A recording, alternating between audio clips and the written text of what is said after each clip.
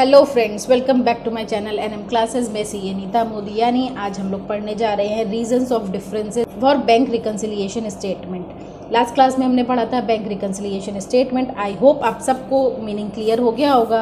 अगर कोई भी प्रॉब्लम है तो इससे पहले वाला वीडियो आप जाके फिर से देख लीजिए। नहीं देखा है तो देख लीजिए, देख लिया है तो दोबारा से देख लीजिए, उससे आपको क्लियर हो जाएगा। अभी आज हमको पढ़ना है डिफरेंसेस। 3 तरीके से डिफरेंसेस होते हैं: due to timing difference, transactions recorded by bank and errors of omission. इन तीनों तरीके के डिफरेंसेस को आज हम डिटेल में पढ़ेंगे।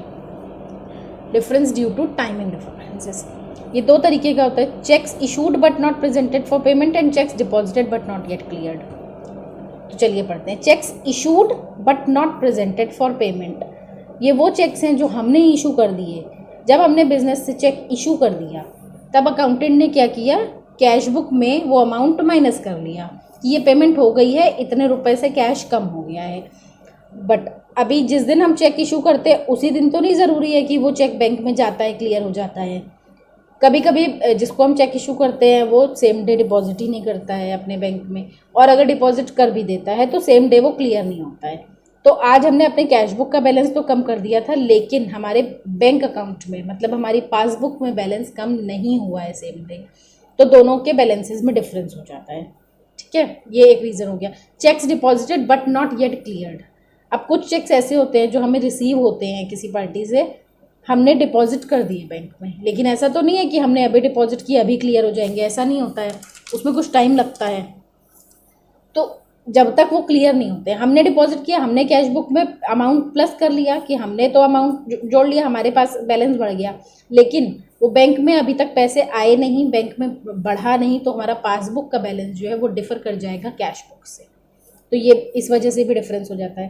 Transactions recorded by the bank, इसमें कुछ ट्रांजेक्शन्स हैं जो बैंक डायरेक्टली हमारे अकाउंट में रिकॉर्ड करता है। फर्स्ट है इंटरेस्ट क्रेडिटेड। बैंक जो हमें हमारे सेविंग्स पे, हमारे इन्वेस्टमेंट्स पे इंटरेस्ट पे करता है, वो डायरेक्टली हमारे अकाउंट में क्रेडिट कर देता है, और जब तक हमें इन्फॉर्मेशन नहीं मिलती है हमारे कैश बुक में ये ट्रांजेक्शन रिकॉर्ड नहीं होता है, और हमारे कैश बुक का बैलेंस कम रह जाता है और पासबुक का ज़्यादा हो जाता है। उससे डिफरेंसेस आ जाते हैं। Bank charges and interest charges, bank अपनी सर्विसेज देने के लिए कुछ चार्जेस लगाता है। For example ATM charges, maintenance charges, cash withdrawal charges. तो ऐसे कुछ चार्जेस वो डायरेक्टली हमारे अकाउंट से डेबिट कर लेता है, जिसकी अकाउंटेंट को इन्फॉर्मेशन नहीं होती है, इसलिए वो रिकॉर्ड नहीं करता है, और फिर से कैश बुक और पासबुक में डिफरेंस आ जाता है। ऐसे ही सेम इंटरेस्ट चार्जेस हैं। अगर हमने लोन ले रखा होता है या ओवरड्राफ्ट कर रखा होता है तो हम पे इंटरेस्ट लगाता है, जो कि डायरेक्टली रिकॉर्ड कर देता है, और वो भी कैश बुक में रिकॉर्ड नहीं होता है। जब तक हम पासबुक लेके आते हैं बैंक से तब हम रिकॉर्ड करते हैं कैश बुक में। इंटरेस्ट एंड डिविडेंड कलेक्टेड, अगर हमने कोई इन्वेस्टमेंट कर रखी है और उसका डिविडेंड डायरेक्टली हमारे बैंक में क्रेडिट हो जाता है, या हमने कोई इन्वेस्टमेंट कर रखी है बैंक में, उसका इंटरेस्ट आता है, वो हमारे अकाउंट में क्रेडिट हो जाता है। इसका एक सिंपल एग्जांपल है, आप लोग सेविंग बैंक अकाउंट खोलते हैं, उसमें अमाउंट है कुछ भी बैलेंस, उस पर मंथली, क्वार्टरली, हाफ ईयरली जो है इंटरेस्ट क्रेडिट होता है, वो डायरेक्टली क्रेडिट हो जाता है, उसकी इन्फॉर्मेशन में नहीं होती है, तो अकाउंटेंट उसे कैश बुक में रिकॉर्ड नहीं करता है, और इन रीज़न से भी कैश बुक और पासबुक के बैलेंसेस में डिफरेंस हो जाता है। Dishonour of bills discounted with the bank. Bills, कभी कभी हमारे पास जो बिल्स होते हैं, गुड्स के बिल्स होते हैं, वो हम बैंक से जाके डिस्काउंट करा लेते हैं। ये एक अलग कॉन्सेप्ट इसकर समरी में यहाँ पे आपको बता देती हूँ। हमारे पास कोई बिल होता है, उसको हम जाके बैंक को दे देते हैं, और उसके अगेंस्ट में हम बैंक से पैसे ले लेते हैं कि जब ये बिल मैच्योर होगा, जब इसकी पेमेंट ड्यू होगी तब आप इसको कलेक्ट कर लीजिएगा। और जब उसकी ड्यू डेट आती है बिल डिसऑनर हो जाता है, मतलब उस बिल के अगेंस्ट में पैसा नहीं मिलता है, और इसकी इन्फॉर्मेशन हमें नहीं होती है, तो हमारे कैश बुक और पासबुक का बैलेंस डिफर कर जाता है। नेक्स्ट है bills collected by the bank. कभी कभी हम बैंक को ऐसे इंस्ट्रक्शंस दे के रखते हैं कि हमारे बिहाफ पे कुछ बिल्स को कलेक्ट कर ले डायरेक्टली, तो वो डायरेक्टली कलेक्ट करके हमारे बैंक में क्रेडिट कर देते हैं, जो हमारी कैश बुक में रिकॉर्ड नहीं हुआ होता है। इस रीज़न से भी डिफरेंस आ जाता है कैश बुक और पासबुक में। डायरेक्ट पेमेंट बाय बैंक, इसका एक एग्जांपल है ईसीएस।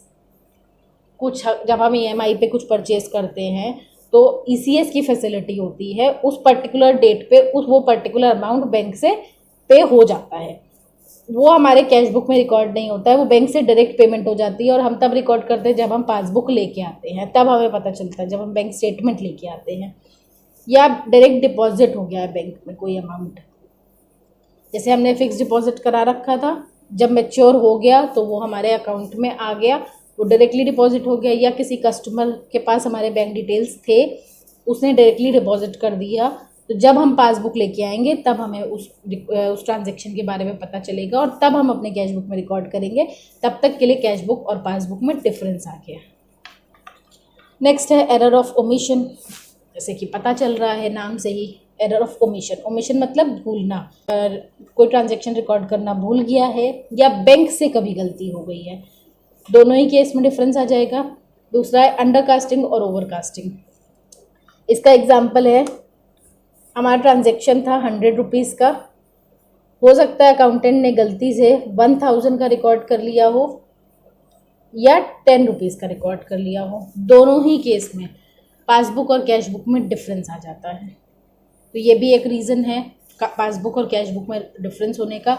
तो इन सभी डिफरेंसेस की वजह से एक particular end of the period पे हम एक स्टेटमेंट बनाते हैं जिसे बैंक रिकन्सिलिएशन स्टेटमेंट कहा जाता है। उस स्टेटमेंट से इन सारे डिफरेंसेस का रीज़न पता चल जाता है और फिर वो रिकन्सिलिएशन स्टेटमेंट बनाया जाता है। आई होप आपको ये सारे डिफरेंसेस क्लियर होंगे, BRS का कॉन्सेप्ट क्लियर होगा। अगर आपको कोई भी डाउट है तो प्लीज़ कमेंट सेक्शन में मुझे बताइएगा। एंड प्लीज़ अगर वीडियो पसंद आई हो तो लाइक कीजिए, अपने फ्रेंड्स के साथ शेयर कीजिए और हाँ, प्लीज़ प्लीज़ प्लीज़ मेरे चैनल को सब्सक्राइब कीजिए। Thank you.